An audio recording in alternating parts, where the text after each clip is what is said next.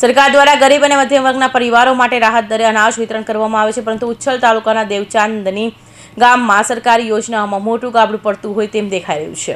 ગામમાં બિપિનભાઈ દ્વારા ચલાવવામાં આવતી સસ્તા અનાજની દુકાન પર ગ્રાહકોને આપવામાં આવતા અનાજમાં મોટા પાયે ઓછું વજન મળતું હોવાની ફરિયાદ ઉઠી છે. શું છે સમગ્ર મામલો, જુઓ અમારા રિપોર્ટમાં. દેવાચાંદની ગામના એક જાગૃત નાગરિકને જ્યારે અનાજ આપવામાં આવ્યું ત્યારે તેમને વજનમાં શંકા ગઈ હતી. પ્રાથમિક દ્રષ્ટિએ તપાસ કરતા જાણવા મળ્યું કે મળવાપાત્ર જથ્થા કરતાં 5 કિલો અનાજ ઓછું આપવામાં આવ્યું હતું. શંકા જતાં જ્યારે ફરીથી બીજા ત્રાજવા પર વજન કરી તપાસ કરવામાં આવી ત્યારે દૂધનું દૂધ અને પાણીનું પાણી થઈ ગયું. વજન ખરેખર ઓછું જ નીકળ્યું હતું. શું આ વ્યવસ્થિત કૌભાંડ છે? આ ઘટના બાદ ગ્રામજનોમાં અનેક સવાલો ઊભા થયા છે. જો એક ગ્રાહકને 5 કિલો અનાજ ઓછું મળતું હોય તો આખા ગામમાં કેટલા લોકો સાથે આવું થતું હશે? શું બીજી પણ કંટોલામાં આવી જ રીતે કટકી કરી ગ્રામજનો સાથે છેતરપિંડી કરી અન્યાય કરવામાં આવે છે? કૂપન આપી? હા, આપી. કોમ્પ્યુટર વાળી? હા. છાપેલી આપી કેમ? હા, છાપેલી લખીને આપ્યું પેનથી? હા. લખીને આપ્યું છે કૂપન? હા, આપી દેજે. બરાબર. કેટલું ઘઉં આપ્યું તમને? હે? ઘઉં કેટલા આપ્યા? કેટલા કિલો? 4 કિલો કે 2 માણસનું. 4 કિલો. અને ચોખા? ચોખા કેટલા આપ્યા? અંગૂઠો મૂક્યા તેને કેટલા પૈસા લીધા? તાર નથી લીધા. એ છે ને પ્રિન્ટર બગડી ગયેલું છે. કેટલા સમય તો એમનું કેટલું આમાં બતાવશે ને? ઓનલાઈન પ્રિન્ટર લેપટોપમાં જ બતાવશે ને? હા, પણ લેપટોપ છે ને ત્યાં કાઢતા છે. અહીંયા પણ થંભવાળું એ નથી થતું. તો થંભ ક્યાં મુકાવડાવો છો? આપણા માણેકપુરમાં. આમનો રેશન કાર્ડનો લઈ લો ને ફોટો. તમારું રેશન કાર્ડ ઓનલાઈન આપણે ત્યાંથી કાઢી લઈએ. એમનું ખાલી અનાજ કેટલું છે? તમારું રેશન કાર્ડ આપો ને, અનાજ એમનું અપાયું કેટલું કેટલું આવ્યું?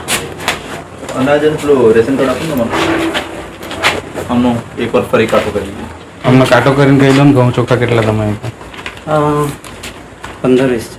હા, કઈ નહીં આપણે આપી દઈએ ને. 15 ચોખા હા અને 20 ઘઉં. હા. લાવો રેશન કાર્ડ. કોણ છે સંચાલક? બિપિનભાઈ. શા માટે?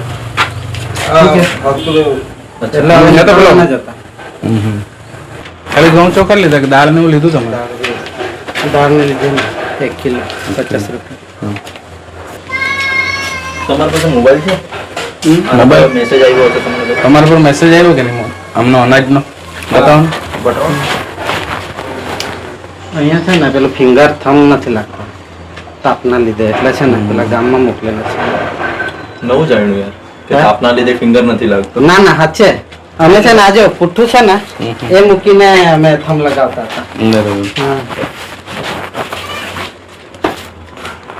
પેલું કાકા જરાક વજન કરી લેવા. હા, ઘઉં ચોખા મૂકો ને. કેટલું કેટલું આપ્યું છે?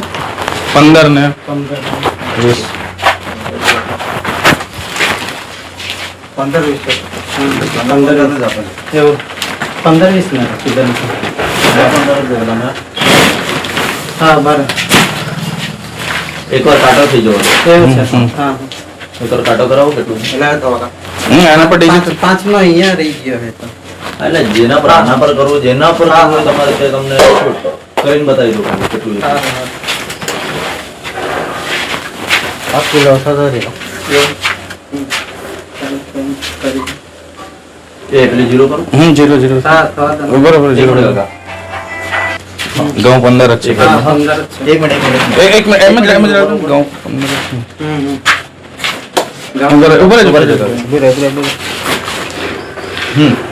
મૂકો પેલો ચોખા મૂકો. 5 કિલો સદરી. બરોબર જ છે.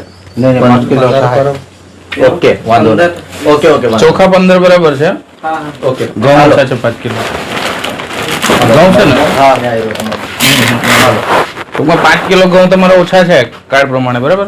ના ના, એ છે ને 15-20 કીધું હોય તો મેં પેલું તેતા પેલું 1 ગેલન ત્યારે. બીજું તમે શું લીધું?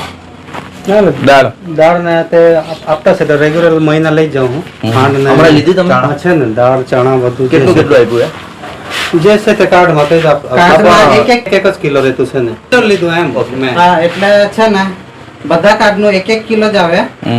ચણા 1 કિલો આવે, દાળ દાળ 1 કિલો કિલો. ને આ વાંધો નહીં. ટૂંકમાં કાર્ડ પ્રમાણે તમારું કેવું છે કે 20 પણ આમાં 15 જ ઘઉં થયા છે ને એટલે પેલામાં ઓનલાઈન તો એન્ટ્રી કદાચ જોઈ ભૂલ થઈ લેવું ગઈ છે. એ વાંધો નહીં. ભૂલ થઈ ગઈ. છે ને ભૂલ એટલે આ તમારે કૂપન જો એમના હાથમાં હોય તો આ ભૂલ નહીં થાય એમ હા. આ કૂપન વગર આ ભૂલ થઈ ખરી ને એમ એટલે કૂપન તમને મળી નથી એના કારણે આ ભૂલ પડી જાય તમારું નહીં એટલે આપવામાં ભૂલ થઈ ગયેલી છે. આપવામાં ભૂલ થઈ ગઈ છે ઓકે અચ્છા તો તમે કંઈક લખ્યું હશે કશે એમને હા, લખીને એટલે આપ્યું હોય? આનામાં છે ને કાર્ડમાં લખેલું જ હોય. હા એટલે કાર્ડમાં તો લખો જ છો તમે હા, હા. પણ તમારી કૂપનમાં કે કશે નહીં આપવાનું કારણ જ એ છે એમ. હા, હા. તો કઈ વાંધો નહીં ચાલો ચાલો કશું વાંધો નહીં. મને આપી દો ઘઉં આપી આપી દો દો ને બીજું. હા, હા, વાંધો નહીં. ગરીબ જનતામાં મોંમાંથી કોળીઓ છીનવીને થતી આ કટકી પાછળ કોણ જવાબદાર છે? શું સરકારી તંત્રના અધિકારીઓ આ બાબતે અજાણ છે કે પછી મૌન સેવી રહ્યા છે?